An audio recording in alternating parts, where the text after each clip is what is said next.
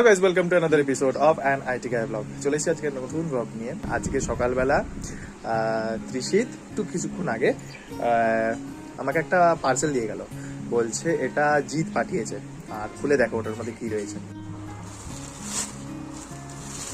লিখে রেখে দিয়েছে। আর এটা কি? দাদা বিয়েটা এবার করো দাদা, তাই মাছের মাথা পাঠালাম। তো এখানে দিয়েছে, এগুলো হচ্ছে সব মিষ্টি মাছের মাথা। বার করে দেখি ওটা। বাবা, এটা হচ্ছে মাছের মাথা, এটা হচ্ছে ডিমের কারি, আর এটা মাছের মাথা সন্দেশ।